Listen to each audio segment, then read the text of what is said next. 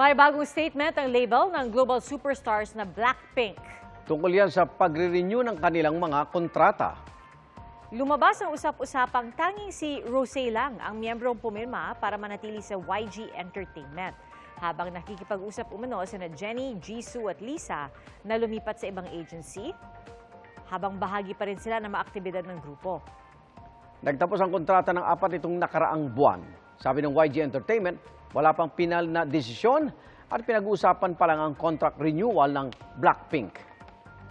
Mga kaibigan, samahan nyo kaming saksiyan ng mga balita.